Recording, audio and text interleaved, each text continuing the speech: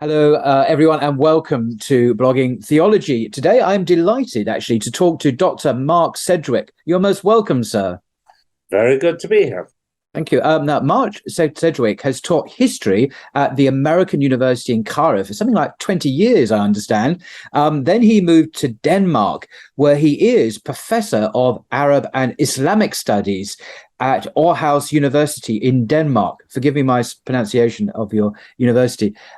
He's the author of many books, but this one in particular, Key Thinkers of the Radical Right Behind the New Threat to Liberal Democracy, which I've read, is particularly interesting. I think it's a work, an excellent introduction to thinkers who form the foundation of the radical right. And we'll come to what the radical right is in a second, hopefully. But it's people like, historically, people like Oswald Spengler and his book, Decline of the West, and even the increasingly influential writer Julius Evola. He's the author of a famous work called Revolt Against the Modern World. That's my copy, which is still very much in print today. And there's a new generation of contemporary radical right people who are in the news even recently. The Russian political philosopher Alexander Dugin, whose daughter tragically was murdered just a matter of days ago. And there are many other, perhaps less well-known, but still influential thinkers one could name in the USA and in France, and significant publishing houses now, such as Arctos Media and Countercurrents Publishing. That's the latter is based in the States, and the other one I think is based in Europe, possibly in the UK. I'm not 100% sure.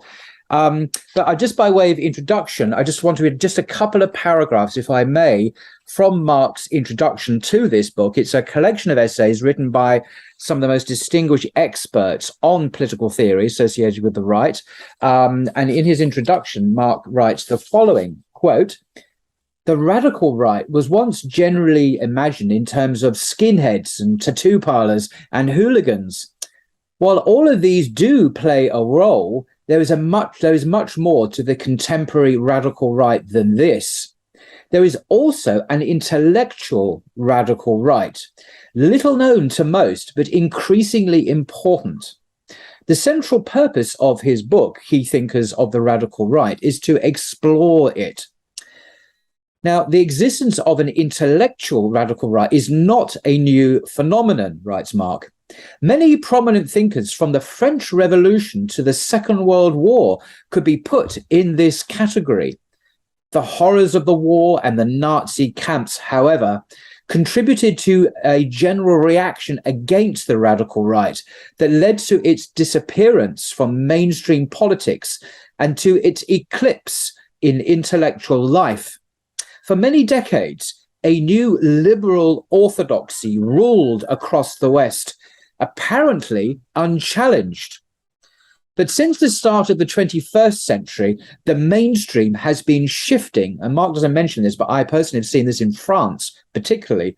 In Europe, popularist political parties have pulled the mainstream in their direction, and the liberal orthodoxy of the post-war period is ever less hegemonic."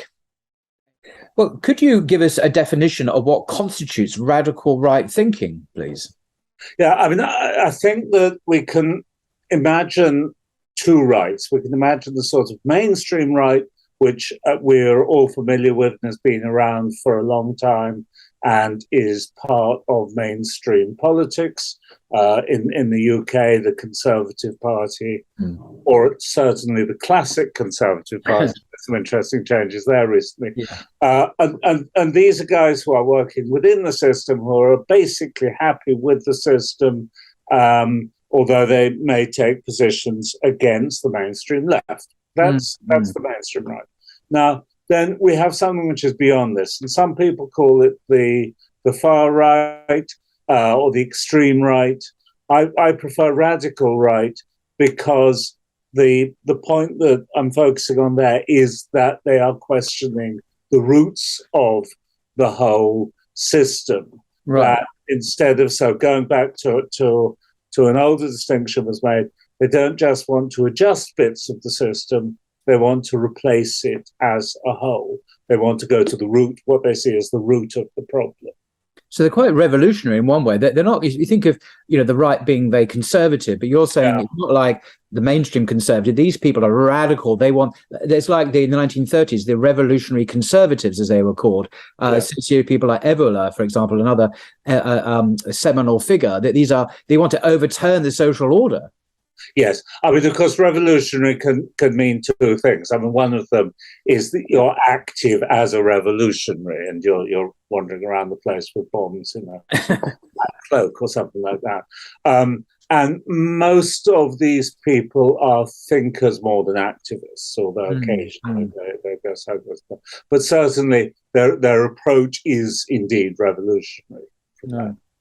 I mean, looking at I know many Muslims in the West, perhaps globally, are concerned about the rise of populist movements, like we see in France with Le Pen, and the argument is, and I think there's some truth in it, drawing the political centre further to the right under Macron, for example, redefining the centre ground, and introducing populist or far-right perspectives and policies into the social order. And I'm not saying it's happening everywhere, but there does seem to be a shift somewhere in some places, even in Italy now, with the prospect of an alleged popularist right-winger, a lady taking power.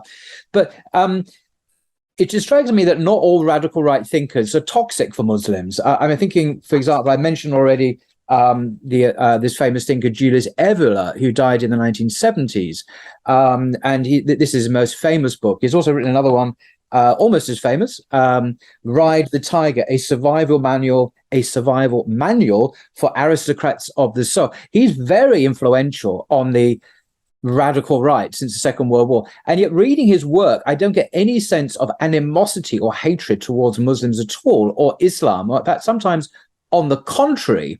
But then there are other thinkers, famously the American Jared Taylor or Richard Spencer, Greg Johnson, well, not perhaps Greg Johnson to a lesser extent, who are racist, who don't like non-whites and want them out of the United States, for example. So the radical right, I'm trying to say, doesn't appear to be homogenous or uniform ideologically. It seems to have different kind of views when it comes to Muslims and Islam. Would you agree with that? Yeah, no, I would. I mean, I think that it's useful to make a distinction between radical right movements, radical populist sentiment, one might call rightist sentiment, and some people do see populist sentiment as right, and the radical right ideologies. And the people that you've been talking about, they represent radical right ideologies, which, of course, join together with populist sentiment, anti-Muslim sentiment. I mean, there are various things there in populist sentiment as well as anti-Muslim sentiment. I mean, one of them is anti-elitist sentiment. The feeling that, the guys in the capital, wherever the capital may be, live in a different world and don't understand people like me out here and wherever I happen to be. So the populist sentiment contains all sorts of things. And on the other hand, the radical right intellectual positions and discourse and so forth contain something very different. And certainly, I mean, if we look at the development of radical right thought, elites have been a bit of an issue throughout it. And something similar to globalization has been a bit of an issue throughout it. But Islam and migration and so forth has only become an issue in the last 30, 40 years. Right. Because apart from anything else, there wasn't much migration before then. No. So it wasn't there to be an issue. Yeah. But what was there as an issue going back to the 1920s, 1930s was the whole question of race. And racism then was directed against Jews, not against Muslims. But the question, I mean, the more fundamental question then was I mean, as well, obviously, of the question of are we going to be anti-Semitic or not, was the question of does it make sense to think of things in terms of race? Does it make sense to understand existence and issues and conflicts in terms of race? And Evola, especially, was very explicit about this. I mean, as you know, he was, at least I assume you know, if you've got those books of his, he was politically active in Italy under the fascists, under Mussolini's, and was a very critical ally, if I can use that paradoxical phrase, of Mussolini's fascist government. Absolutely. I mean, critical in that he really didn't agree with a number of things about Mussolini's fascist government, but an ally in the sense that he saw potential in it, at least at that point. He wrote this amazingly interesting book called Fascism Viewed from the Right. And you're thinking, by Julius Evola, how can you have a view from the right? Isn't fascism about as far right as you can get? It isn't, believe me. Evola is the ultimate elitist. I mean, you mentioned the revolt against elitists fueling far right. Ironically, Evola was the most elitist thinker you could ever conceive of in the history of the world. You know, he was total, and that's one of his criticisms of Mussolini and indeed of Hitler, is that they were popularists who pandered to the masses, who were socialist even. And no, we can't have any of that. He believes in an elite order who would rule Europe. And I'm not going to go into all his thoughts. But if you want to read a fascinating, I think it's a better word for Evola, actually, is traditionalist, to be honest. So this is my own personal preference. He's a very traditional thinker. And so he critiqued Mussolini's brand of fascism from a traditionalist perspective, which is actually to the right of Mussolini, who I think, particularly in his last year or two, was actually quite socialist, explicitly socialist in his policies. But that's a different subject. No, but it's really very relevant here. But the other thing that we have to say about Evola was that he was explicitly critical of Nazi racial theory. Yes, and in one of his most radical criticisms, we can use radical in various ways, can't we? Yeah. In one of his most radical criticism of Nazi racism, and in a book which astonishingly was allowed to be published in Germany under Nazi rule. Yes, he says that the understanding human beings in terms of biology is ridiculous. Yes. That if one is trying to breed racehorses or particular breeds of dog, yes, I mean, you can do it on a purely biological basis. But if you're trying to understand human beings who are infinitely more complex than dogs and racehorses, this is a completely inadequate way of understanding things. Yes, he had a much more spiritual, elevated conception of the human nobility, which anyone of any race could, in principle, be exalted to and participate in that higher order. And that wasn't a racial category. It was based on a much more traditional, hierarchical, spiritual conception of human beings, I think. Indeed. So, as far as Islamophobia is concerned, not only was Evola not Islamophobic. I mean, if anything, he was probably quite pro-Muslim in certain ways.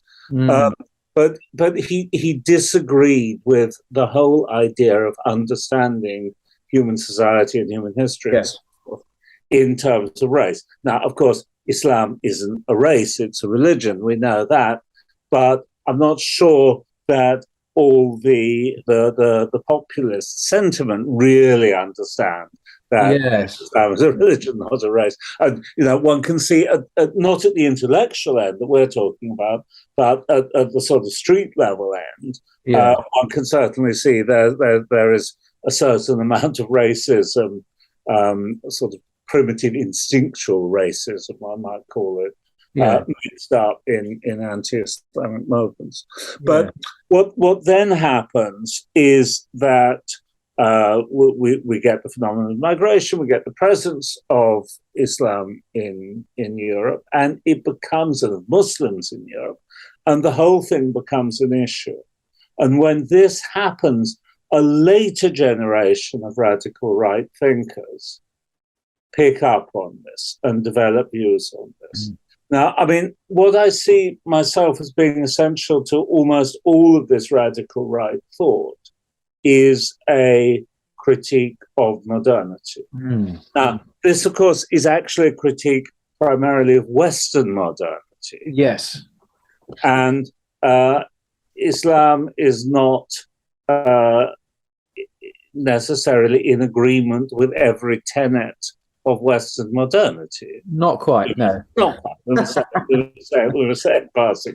So, and actually, I mean, of course, to go back slightly, one of the great influences on Evola was René Guénon. Oh, I knew you were going to mention his name. No, this is one of the great work. I do recommend this, by the way, The Crisis of the Modern World. René, I mean, I don't mean to steal your thunder on this, but this chap was a Muslim. He was indeed. And this one as well, one of my favorites, The Reign of Quantities, fantastic title, and The Signs of the Time, also by this Frenchman. Do you want to perhaps tell us a bit about who this extraordinary individual was? Yes, indeed.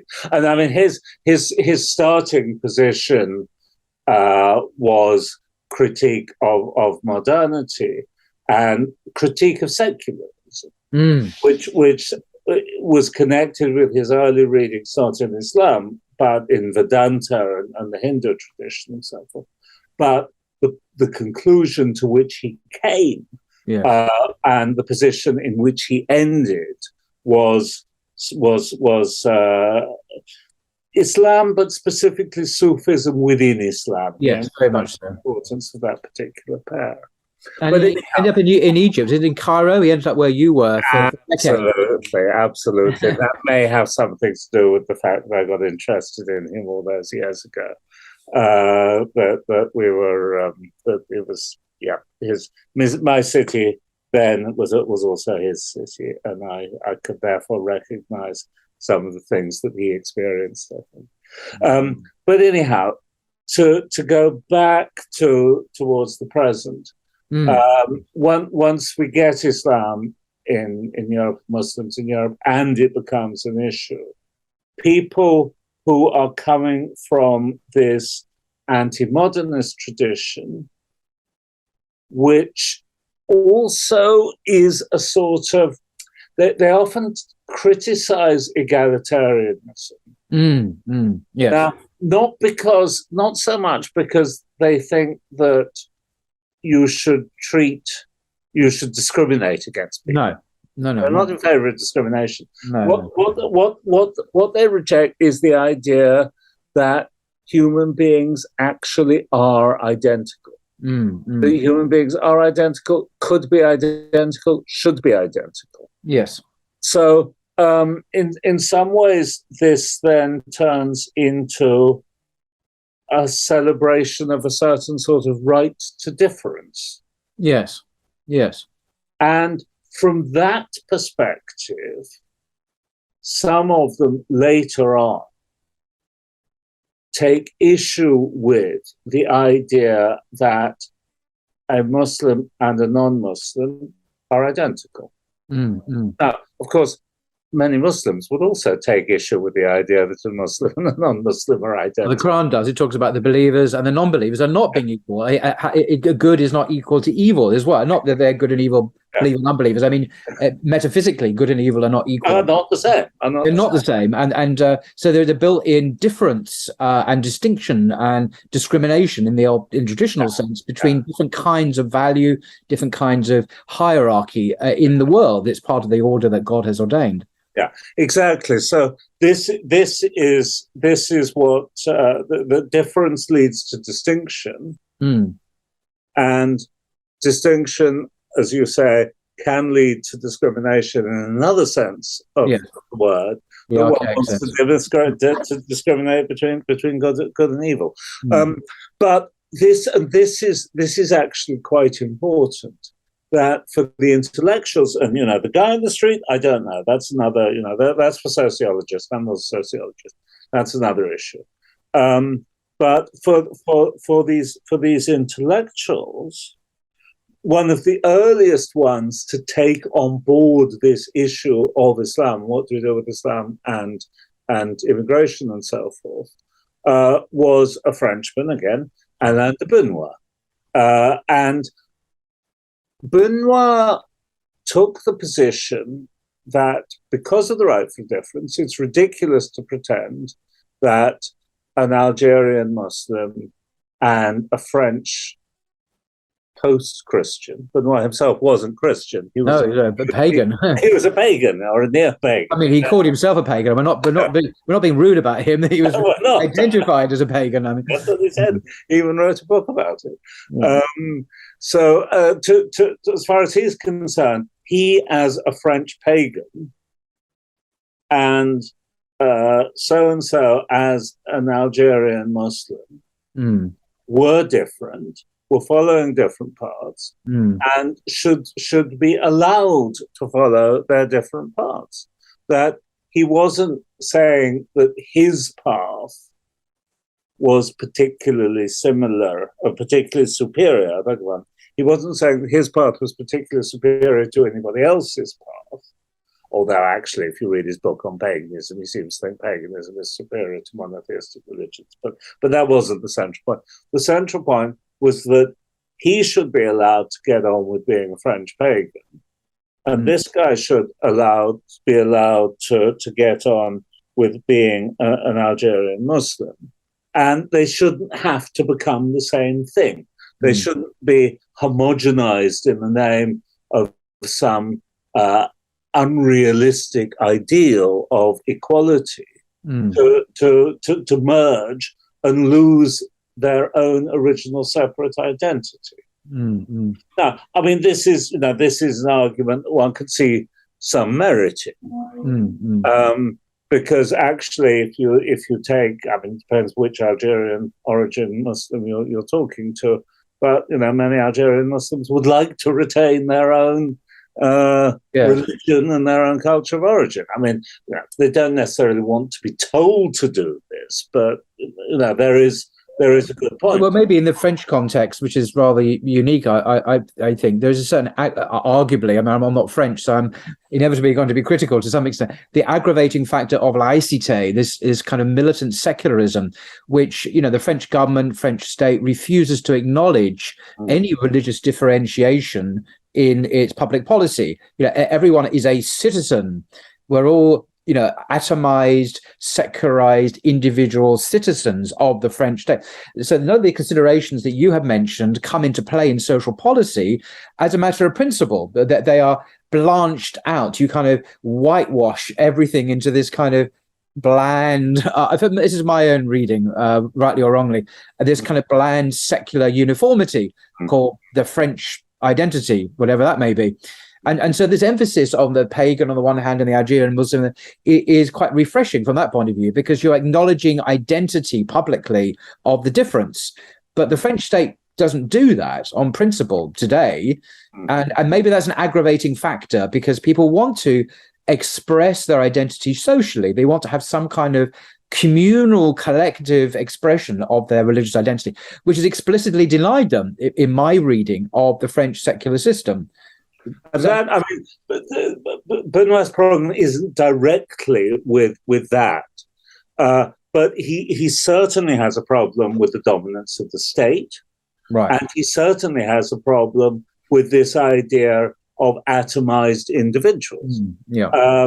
And it's from that he derives the contrary of this. I was talking before about a right to difference, but indeed there's also the whole question of the right to communal identity.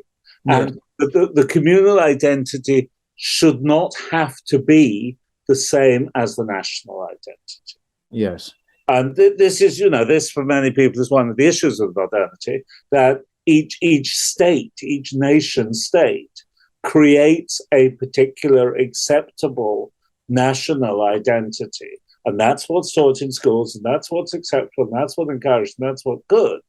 And group identities, regional identities that differ from that national identity are not tolerated. or are discouraged. So that's, I mean, this is a position which is, I mean, the way de Benoit first develops it, it is in some ways respectful also of Islam.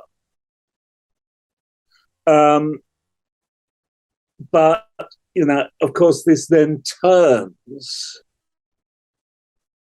not so much with Benoit himself, but with one of his one-time followers, helpers, Guillaume Fay. Yes, well, that's the next figure that is. That's the next figure, isn't it? Yes. Yeah. And so it then turns the other way, yes, into hostility to Islam and immigration and so forth.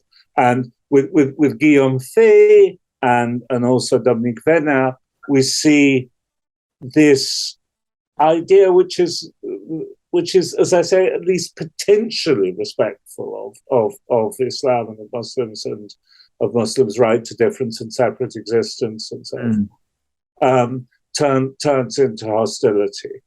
And we then get the idea of Muslims not as people who have a right to a distinct identity, but as people who are a threat to the French identity. Do you find in a very particular liberal secularist way with weaponized, it seems to me. And do you think, you mentioned those two French thinkers, do you think they have had an influence on the political discourse with Le Pen, for example, and Marianne Le Pen and her father, of course, in moving the centre ground in France politically further to the right, to the popularist right, introducing themes and ideas which were pretty much taboo in the 80s and 90s, but are now becoming, as I say, mainstream with Macron and so on. Do you think that's the case? We're seeing. I think that's absolutely the case. But I think it happens in two stages. I mean, one of them is we get people like Le Pen, who are not intellectuals. They're practical leaders. Yes. They're people with political positions. They're practical leaders. They're organizers, and they or some of the people around them are a bit more intellectual and are reading people like people we just been talking about. Okay. I mean, I have no idea what Marine Le Pen reads at night or on over breakfast or something. Yeah, indeed. Yeah, but I can't really. And perhaps she does. Perhaps I'm doing her an injustice here. But I think rather than she has been sitting down and reading her way through the books that you've just been showing us, I think there are people who are close to her, right, who are aware of all these arguments. So I mean, here is the first stage of the two stages. Then, yes, that these ideas get into movements like what was then the Front National, the National Front, under Marine Le Pen's father. These ideas get into those movements, and some people in those movements. Fine. Those movements, stage two coming now, those movements enjoy electoral success. So the old-fashioned mainstream politicians scratch their heads and say, oh dear, we seem to be losing votes to these guys. What is it about these guys that the voters like? Well, let's see if we can try that ourselves. Wow. And this is how the mainstream political discourse tends to shift, tends to polarize, tends to shift to the extremes. And, I mean, when you think about it, should we get annoyed at these mainstream politicians for being so cynical that they take some argument that they've never had any interest in and they say, well, that's quite popular, I'm going to try that one out myself? Or should we say that this is how democracy is meant to work? Well, my view on that, as someone who spends a lot of time in France, although I'm definitely not French, is that, in my local Marie, the town hall, as in every town hall in France, three words keep on recurring: liberty, equality, fraternity, or brotherhood. This is the mantra of the Republic: liberty, fraternity, and these words sit uncomfortably, shall we say, with what you've just been talking about.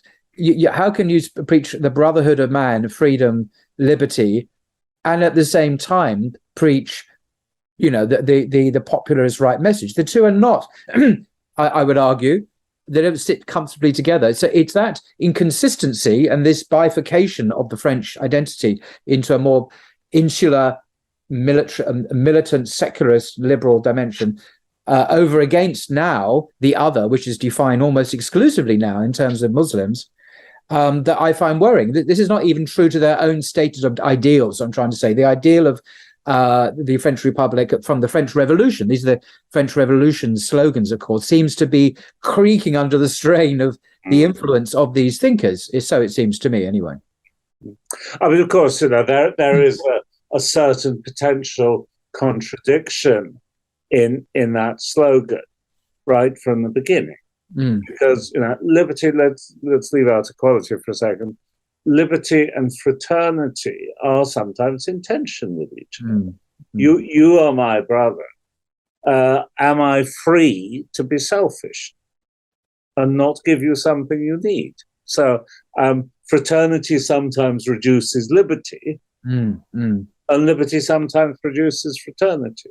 But I mean, that's the critique that is made at the very beginning of this part of this particular stream of thought, going back to the 1920s with Guénon, is, I mean, he very specifically criticizes these ideas. Yeah. Ideas or ideals? Well, I mean, he points out that they're delusions, very often, that the liberty, we're not as free as we think we are, that in reality, that equality doesn't exist and can't exist, doesn't spend so much time on fraternity.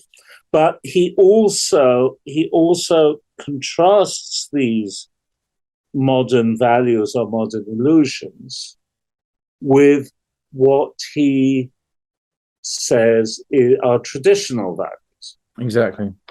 And these traditional values, as I said before, he starts off being interested in Hinduism, but then he turns towards Islam, and he finds a different set of values in these religions that he's looking. Yes, I just wanted to say that he was a Frenchman who I think he was a brilliant in his early years, a brilliant mathematician, and celebrated in his early years in Paris as a brilliant young man. But as you say, he emigrated ultimately to Egypt, Cairo, where he became a Sufi sheikh.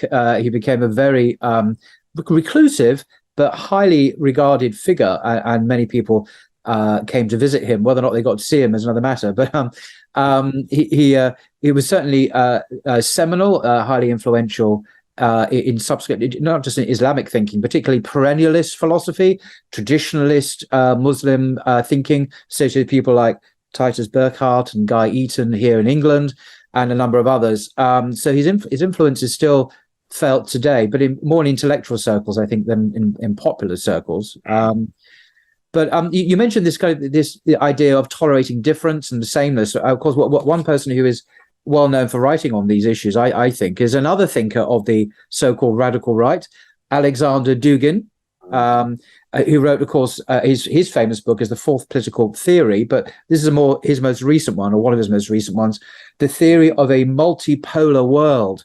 And I mean, he makes a virtue out of this idea of humanity being homogenized under a kind of the Western secular liberal economic order, and how this kind of uniform humanity and globalization is really goes against traditional values. He's a big fan of Guénon. He's a big fan of Evola, who he quotes quite a bit.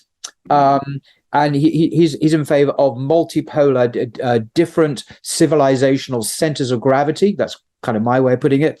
So he has good things to say about the Muslim world, but also about Chinese civilization and other kinds of civilization, and wants to see their existence and their difference from the hegemonic West affirmed, celebrated, defended, and advanced. Maybe that's one way of putting it.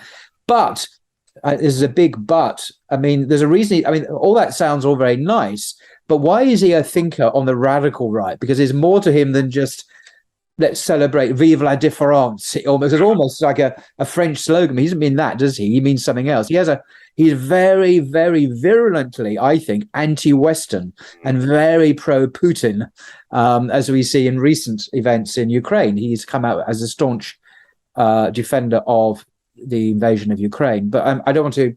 But why is he such a celebrated and controversial figure, particularly in the West? I mean, the State Department in America have put him on a banned list. So is Canada. He's sanctioned. He's ostracized. His daughter tragically was murdered just a few days ago, allegedly by Ukrainian special forces. I mean, this guy, and he's sometimes called by the Western media Putin's brain. Although I think that's a ridiculous name because I don't think he is at all. But why is this guy so controversial? He just wants a multipolar world, doesn't he? Well, I mean, he wants a multipolar world, but he sees the multipolar world as being the alternative to a unipolar world, and the unipolar world that he's objecting to is a US Western dominated world. So, I mean, of course, this is a position which has become more and more famous throughout his career, and that isn't where he started from. No. I mean, he's now described sometimes to the Western press as an ultra-nationalist or something like that. Yes, and his positions are nowadays certainly in some ways quite nationalist, but we have to remember he's a Russian. And we have to remember that Russia is different. And this is one of the interesting things about Dugin, is that many of his key inspirations are the people we've been talking about, who are French or Italian or whatever. But he is not French or Italian. He's Russian. And the whole concept, which is so important in somewhere like France, for example, of the nation state, has never really fitted Russia. I mean, it's called the Russian Federation, and it's called the Russian Federation for a reason, because there is a sort of core ethnic Russian group who speak Russian and belong to the Orthodox Church and so forth. But there are also loads of other people within the Russian Federation who speak Tartar and the Muslim, or who are Buddhists, or something like that. So, simply for sort of historical geographical reasons, Russia has never been a nation state in the same way that France is, or in the imagination of the French should be, at least, because that's not a question. So, given this, to be a nationalist in Russia cannot mean quite what it means to be a nationalist in France. Because if you're sitting in Russia saying, I'm a Russian nationalist, I only like people who speak the same language as me, celebrate Christmas in the same way as me, etc., then you are actually proposing the dismantlement of the Russian state. No, it's an excellent point. This is a very, very good point, Mark. I'm so pleased you made it. So, I mean, anyhow, his opening position, and if you read his earlier work, this is especially clear there. His opening position is not vastly different from somebody like Alain de Benoit. Right. But just as Alain de Benoit becomes aware of an issue with Muslim immigrants, Alexander Dugin becomes of an issue not with Muslim immigrants, but with Americans. Yes. Yeah. Yes, I think that's true. Actually, he does seem to have a fetish. Oh, sorry, did I say fetish? A slight obsession with him, I think. Well, he does, because I mean, he came to understand this pair of tradition and modernity in geographical terms. And of course, if where is advanced modernity? It's in America. Guénon himself thought this, and there's an extraordinary exchange in Guénon's correspondence when he's corresponding with a guy called Ananda Coomaraswamy, who's an expert. Oh yes, another one of these traditionalist figures in the traditionalist perennialist philosophy movement. Yeah. And Coomaraswamy has moved to the United States, and he has a job in Boston. And in one of his letters, he says to Guénon, he says something like, I'll reply to this later because I'm going on holiday now, and I'm going to go camping in the woods.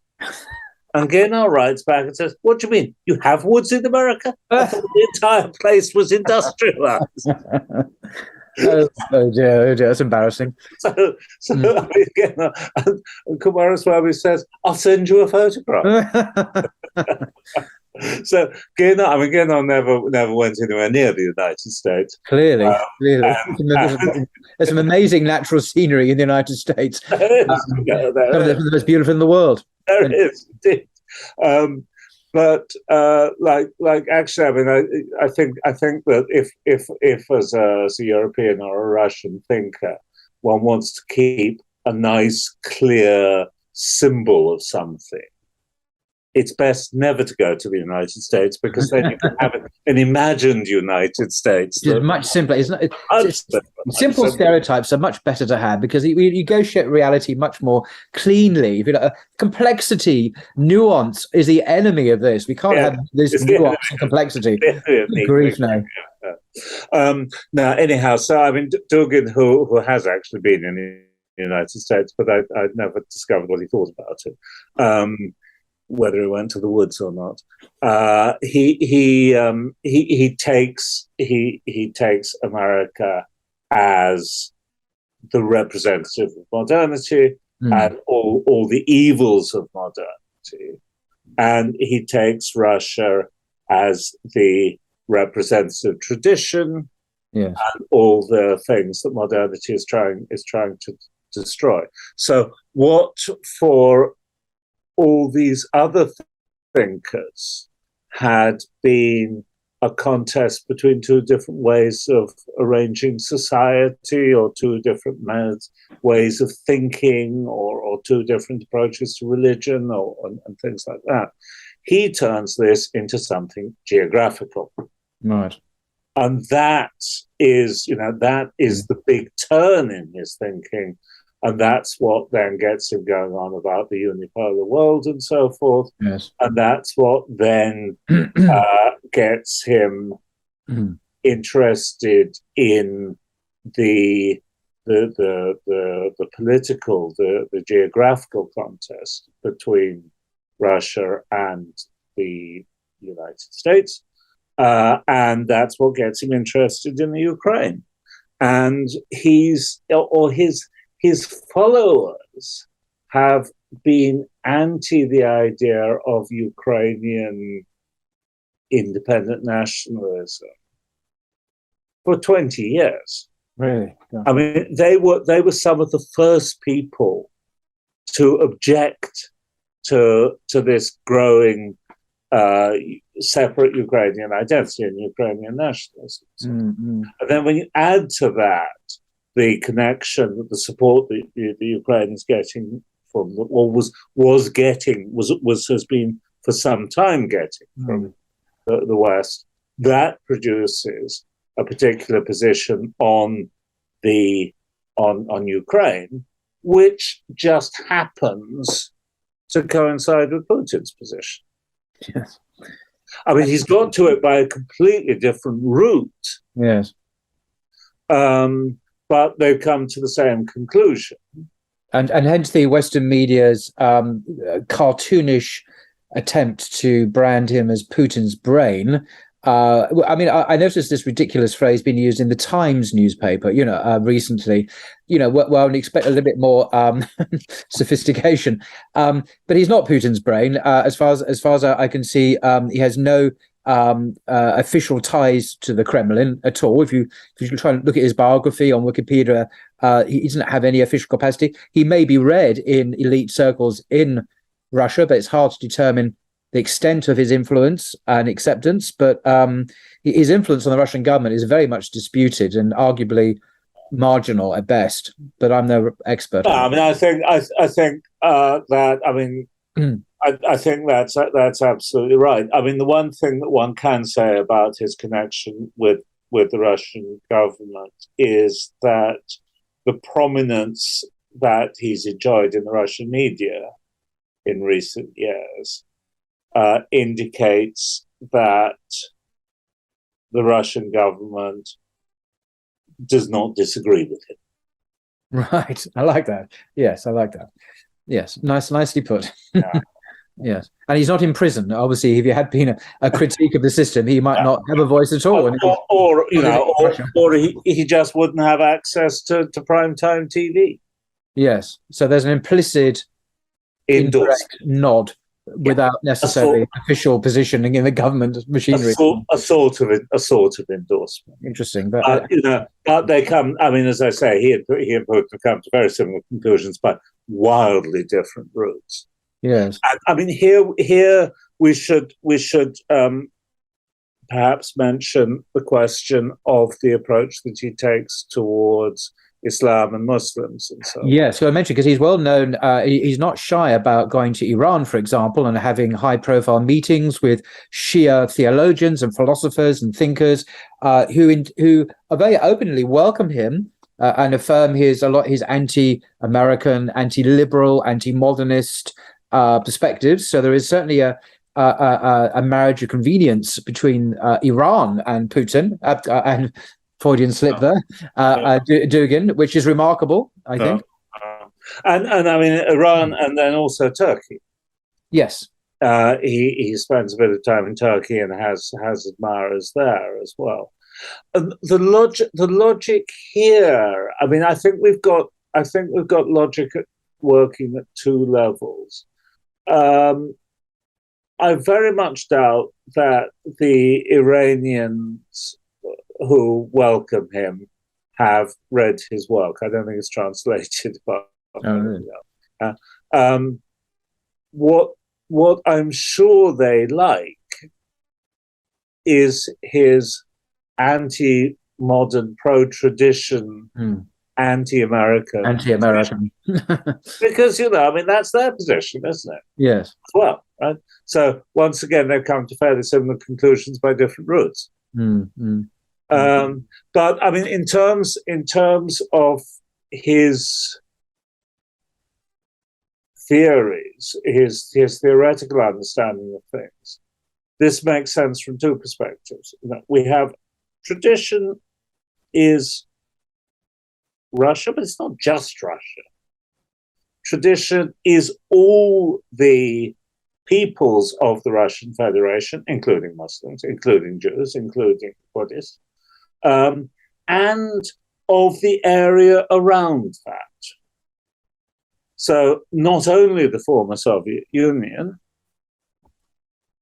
which incidentally includes Ukraine. Oh, did it? Yeah, okay, right. Yeah. It was newly independent after the fall of Soviet Union, and then reincorporated, or at least the attempt is, ongoing situation at the moment. Yeah. But it also includes all the Muslim republics in Central Asia, right? And it includes Iran and Turkey, because firstly, in terms of the geopolitical chessboard, Iran is certainly standing against the United States and the unipolar world. Yes. And some forces some groups within Turkey, although Turkey is a member of NATO, of course, but there's some groups within Turkey that aren't sort of 100% pro US modern liberal. but I mean, also in terms of any understanding of tradition, these guys, they're Muslims. They're not, they're not liberal-minded, secularist agnostics. Yes, I think that word tradition is a key linguistic term there. I mean, we mentioned Evola already, revolt against the modern world. There's one word that sums up his own position, and that is as a defender or an advocate of tradition. He's not advocating radical right politics or racism or anything like that. He's advocating tradition, and that's how he self-identifies, I would argue. Ditto with this chap, René Guénon, I would argue. But there's another guy who, can we just briefly touch on, if we can move on to him, is this guy. Now, I don't give away who he is. His name is, quite yet, if I may, his name is Carl Schmitt. He's a respected political thinker. I'm holding here a book called Political Theology, on the concept. It's a newly translated. It's published by, Chicago University Press, a very respected mainstream academic publisher in America. If you look on the back, Carl Schmitt died in 1985, was a legal and political theorist and constitutional lawyer, it says. Now, this is actually true, but there's a reason I'm highlighting this and trying not to laugh. And then he says he's the author of, amongst other books, various books, and the last title published by University of Chicago Press and all that. And his most famous book today is called The Concept of the Political. This is standard reading on undergraduate or maybe postgraduate courses. Again, published by the University of Chicago. Now, why are we both laughing, Mark? What's the joke? Well, tell us why this is funny. It's deadly serious, by the way. This is all real. He exists. It is completely. He's liked by the left. Yes. Left-wing theorists like him. Yes. Why are we laughing at this, Mark? Well, I mean, he was indeed a constitutional lawyer, and his legal services. Much appreciated by certain people. Who were they? Who? Remind me. By the Nazi Party. Oh, the Nazis, was it? Okay. Yes, them, exactly. Surely he must have been conscripted into this service. Surely he couldn't have voluntarily joined the National Socialist Party before it was compulsory. Surely he wasn't the Nazis' own top legal man in Nazi Germany. Surely he wasn't a convinced and passionate Nazi. Surely not. Of course. What we must say is that Carl Schmitt was an independent thinker, a very original independent thinker, just as Julius Evola was. Yes. And original independent thinkers tend not to get on terribly well with totalitarian, authoritarian regimes. And Evola was, as we were saying earlier, quite critical of Mussolini in various ways, and therefore, he was always peripheral to the power structures. Yes. When he, on one occasion when he got to see Mussolini, the guys around Mussolini said, "Oh my God, who's that? Oh dear, him."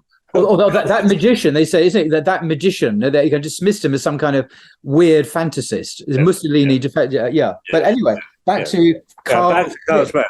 He wasn't like that. He was an enthusiastic Nazi of the highest levels, I would argue. Well, I mean, I think, as in some ways it was a bit like Dugin. He came to similar conclusions by different routes.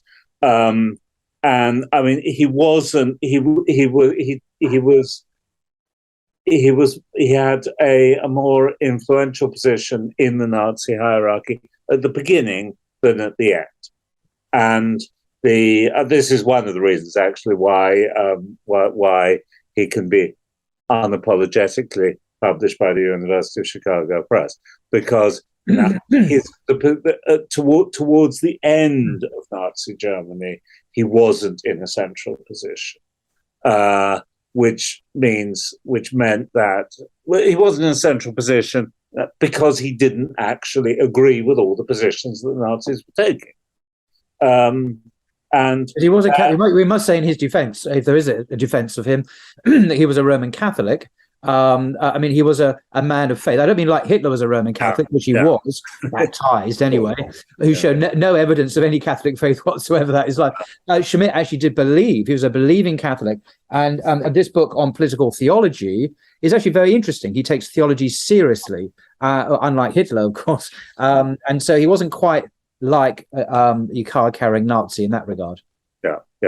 So I mean, so he became, I think, increasingly peripheral, which meant that when the Nazi state collapsed, I think, if I remember correctly, he was arrested for a week or something like that. Yeah, but he never. I don't think he went through a denazi. I don't think he ever agreed to a denazification process. So he wasn't like, oh, good, I was against it all along. Thank God I'm free now. Thank you, America. He didn't go along with that. He just remained, nope, I'm not going to, renounce my Nazi involvement at all. That's my reading of his. No, I mean, I think that's right. I mean, so he wasn't on the list. Yeah. In fact, he wasn't really on any of the lists, which meant that people could carry on reading his, as I say, highly original political thought. Despite, I mean, we could say it's perhaps something about Heidegger, who, there are questions about his. Very much. Yes. Yeah. He was much more. He was quite vicious towards some Jewish colleagues of his at the university where he taught, and actually supported their removal quite shockingly. And that will always be a black mark against him, I think. Yeah. I noticed in your book, Chapter 4, Carl Schmitt and the Politics of Identity, he is there as a classical thinker who presumably still is relevant to the radical right today, but paradoxically, his works are published by mainstream liberal publishers. So in what way is he a thinker relevant to today's radical right, given that the left like him? Yes, I mean, I think you could say this with a lot of the opening people. Ernst Jünger, for example, is still regarded quite seriously in the mainstream. And I mean, there are other people who are part of this, or perhaps this is the point, that Schmitt and Evola did not have close relations. They knew of each other, but they didn't have close relations. It's not really until the post-war period that people can be reading Evola and Schmitt and say, "Oh gosh, yes, this fits together. I can put these together. I can take what Schmitt has to say on identity, and I can take what Evola has to say on modernity, and I can put these together to object to the way that modernity is trying to." No, that would make sense. Yeah, so I think that's why he's still there. But some of the others. I'm just wondering why is Heidegger not? Why? I mean, in your book, book, Key Thinkers of the Radical Right. It's in two sections. The first section, or three parts actually. The first part is classical thinkers. We mentioned Carl Schmitt. We mentioned Julius Evola. You just mentioned Ernst Jünger, but nowhere does, as far as I can see, does Heidegger appear. Now, Heidegger was a very prominent, passionate Nazi. I mean, he wasn't just someone who was co-opted like Benedict XVI, the Pope, who was forced into the Nazi youth. Okay, he had no choice. He was 15, whatever. Heidegger was an enthusiastic Nazi who is still widely read today. There are YouTube channels, I've seen them, propounding his work from a right perspective. And yet he doesn't actually appear in... I thought that was an interesting omission. Well, it is an omission. I mean, and neither does Nietzsche appear. True. And Nietzsche could well appear there. Yes. And the reason is simply a very practical one, which is that there are plenty of other books about Heidegger and about Nietzsche. You could say, well, there are other books about Carl Schmitt, and he's a bit of an in-between case here. But I thought that we didn't need to put Nietzsche and Heidegger into this book because people already knew about it. Yeah, fair enough. That may have been a wrong decision in retrospect. It could have been quite interesting to have them in here. And I mean, something that the significance of Nietzsche and Heidegger to the thought of the radical right points us towards, of course, is the fact that the thought of the radical right is not some sort of obscure separate sideline over there in the corner. It connects with Carl Schmitt, it connects with Nietzsche, it connects with Heidegger, it connects with Western thought as a whole. Yes. It's a special case, perhaps. There are special emphases, etc., etc. No, I think it's part of the whole thing. Okay, maybe in conclusion, there are two individuals, both Americans, who I personally am the least keen on, if one can speak of being keen on any of them, but they go by the names of Jared Taylor and Richard Spencer. Now, these two people are very much alive. Jared Taylor, as I say, is an American. He used to work in software in California, I should say, made his fortune. He's a very clever man. He had a YouTube channel. It's been closed now. But he I think it would be fair, and he might not even object to being called a racist thinker. His emphasis is constantly on racial differences, the superiority of the white race, as he would call it, over against other groups. Richard Spencer, slightly more eclectic figure, but and more notorious. He's famous for giving a Nazi salute at a conference a couple of years ago, which you could see on YouTube if you wanted to. He also is extremely controversial and used to be seen as the head of the alt-right just before Trump came to power. That was his apotheosis, I think, when just before Trump became president. Richard Spencer was identified very much with the alt-right, as it was called at that time. And he's much more eclectic and all over the place. I'm not quite sure what he thinks anymore. But anyway, they're both explicitly racist, I would suggest. Unlike, I would suggest, Julius Evola, or certainly not Dugin, who says he's anti-racist. He's someone who would never use that language. But these two, Jared Taylor, Richard Spencer, you can Google them, are also part of this radical right group, movement, or whatever, are very racist indeed. And thus they are a threat to Muslims on many levels. Islam is not a race, of course, but most Muslims are not white. And so, their place in the West, in America, in Britain, is threatened directly by the popularity, if it were to be, of these people, were they ever to get power, I would argue. I think we have to remember that circumstances in the United States are different from circumstances in Europe, and are different also, as we already said, from circumstances in Russia. So, Russia, it's a federation. It's not a nation state. It's a state with multiple groups within it. So in Russia, you can't be nationalist in the way that you can in Western Europe. In Western Europe, before, in the 1930s, 1950s, immigration wasn't an issue, Islam wasn't an issue, people didn't have views on it. And then as it becomes an issue, people develop views on it. Sometimes I think perhaps instrumentally, that they want to pick up on the issue there. Now, the United States has a very different history from either Europe or Russia when it comes to race, because of slavery, which there's nothing really comparable in seriously comparable in European or in Russian history. I mean, Russia had serfdom, fine, but it really wasn't the same thing. So, because of its almost unique history, America has an issue with race that is not found anywhere else. And somehow this gets into the American versions of these radical right positions that we have been talking about. Mm.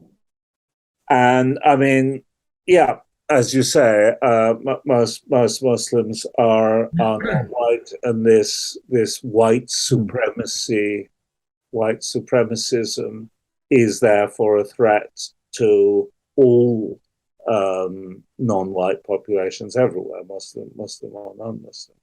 And of course, in the United States, a certain number of Muslims are of African origin. Mm. But I think that it's important to remember that this is a very American phenomenon, Right. and there's a tendency in the press nowadays to describe the whole of what I'm calling the radical right as white supremacists. Yes, or Nazi in inverted commas, which is a very crude, and I mean, it's, the Nazism is an historical phenomenon, a particular time in history. It's not simply reproduced today. There's no Nazi movement in that sense in existence today. I would argue. Yes, there are tributaries coming off from that, which have similarities to some extent, but we don't have like a Nazi party in Europe waiting to take power anymore. I think it's a misnomer and a crude. It's like calling Dugin, Putin's brain. These are caricatures which don't really describe what they are looking at, I don't think. Yeah. No, I mean, this is absolutely right. And it's a misnomer that tends to create confusion, because if you call the radical right Nazi, people tend to associate racism with the Nazis. Yes. For very good reasons, obviously. But if you call the radical right Nazi, this leads to the assumption that they're all racist. They're not. Also, if you call the radical right white supremacist, this leads to the same conclusion, and it's just not true. I mean, the white supremacist version is a particular addition for the American market. Yes, and I mean, okay, you can see that the populism in Europe blends into sort of popular racism, or in racism in the street, or something like that. But when one of these French thinkers is going on about Islam, this is not about white supremacy. No. So it's when someone like Greg Johnson, another American, really prominent figure, he runs Countercurrents Publishing. You have a quite a sophisticated website, but lots of articles, and he publishes a huge amount of books. He's a former professor, I think, of philosophy or something in an American university. I mean, he, I would think, correct me if I'm wrong, comes closest to being a Nazi in the traditional correct historical sense that you and I mean, in that he would call himself a white nationalist, for example. And he certainly likes many things that Hitler did. He says so. I don't think he's a National Socialist in the in the literal copycat sense, but he comes closest to being a Nazi, if anyone is. And he is a serious intellectual. Actually, he's no fool, although his ideas are obviously rather extreme. No, I mean, I think, it's very difficult to be a Nazi in the year 2022, because the circumstances are so completely different. Yes. But whilst generally people in the radical right distance themselves from Nazism, yes, he certainly doesn't. Correct. And people tend to distance themselves from Nazism, partly because it's the associations of Nazism, because of the appalling things that the Nazis did, are extremely negative. Yes, but also because Nazism was a failure. It was a complete disaster. It achieved absolutely nothing that it set out to achieve. So Nazism can hardly be an inspiring example to anybody in their right mind. And I've already mentioned this book by Julius Evola, Fascism Viewed from the Right, which is actually a criticism, a critique of fascism from the right of fascism. And if you don't believe me, it's possible. I mean, it really is. From a traditional point of view, and he's very critical. I mean, he says some things are correct, like the theory of the state, he would argue, but in other words, it's racism, it's nationalism, it's crude popularism, and the demagoguery associated with figures like Hitler. He was very critical of, actually. So, and he is a far right, radical right figure included in your book as one of the classical thinkers that are seminal in giving birth to the modern form of the far right. So it's much more, what you're saying is much more nuanced and complicated than the caricature you get in the media, at least, of the neo-Nazi far right movement. There's, in terms of the radical right, if I can just read one sentence from your book. He says, the radical right too has its own terminology. The term new right is often used by the right themselves. The term alt-right, we mentioned, has recently come into prominence with people like Richard Spencer, I said. There are also nationalists, identitarians, libertarians, neoconservatives, paleoconservatives, counter-jihadists, so they're in there, and neo-reactionaries. These differ in important ways, but all have something in common, so which the book explores them. So they do differ, though, in important ways, race being a key issue, I think, where they do differ. And people like Evola and Alexander Dugin, I don't think are racists, perhaps, whereas others are. Richard Spencer and Jared Taylor obviously are. Indeed. And I think it's also important to remember that we've got the thinkers, we've got the leaders, the practical politicians, the leaders, and then we've got ordinary people for whom this stuff isn't terribly important. But occasionally, when they notice there's an election coming along, they might, tend towards one of the parties represented by these people. But we need to keep those separate, because although they, of course, they come together, and perhaps that's when it gets frightening, actually, when they come together. But they're all behaving in different ways according to different logics, and they are actually separate phenomena. Well, can I, in conclusion, just ask you a final question, if I may, Mark, about the future? Well, you don't have crystal balls, but in terms of trajectories, the way you see things developing in Europe, particularly, but also in the United States and maybe Russia too, but particularly in Europe, in the West. Do you see, what you call the radical right as gaining momentum, gaining influence, and even gaining power in countries? I'm thinking, obviously, places like France, maybe Italy. That's on the horizon, the immediate political horizon. But I don't know so much about Italy. But certainly in France, do you see this as a movement as we move away historically from 1939 to 49? Are we likely to see the re-emergence of similar ideas in a different packaging, maybe a slightly different colouring, but nevertheless identifiably continuous? I mean, that has definitely been the tendency over the last 20, 25 years. And I can't see anything at present which is going to derail that tendency. I mean, one never knows what impact in the end the war in Ukraine is going to have, because that things that is having impacts, and it's going to have more impacts, and what's going to be happening in the economy in 5 years' time.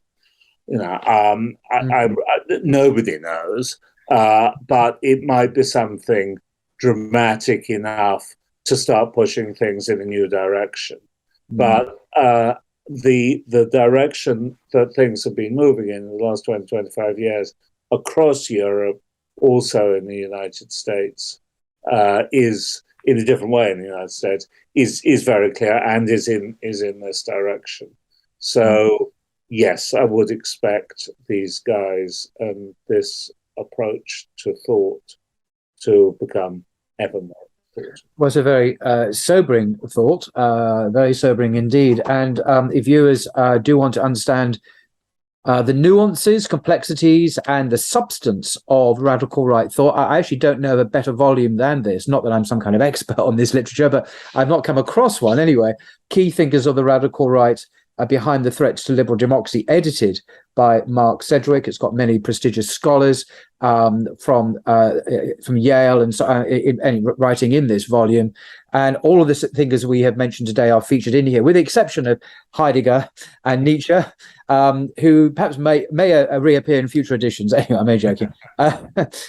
So I do recommend that for further reading. That's what I'm trying to say.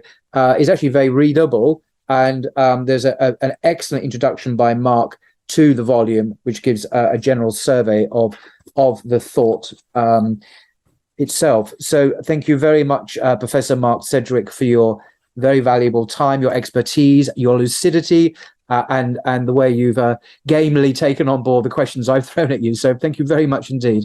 Well, thank you very much for a very enjoyable conversation. Fantastic. Until next time. Goodbye. Bye-bye.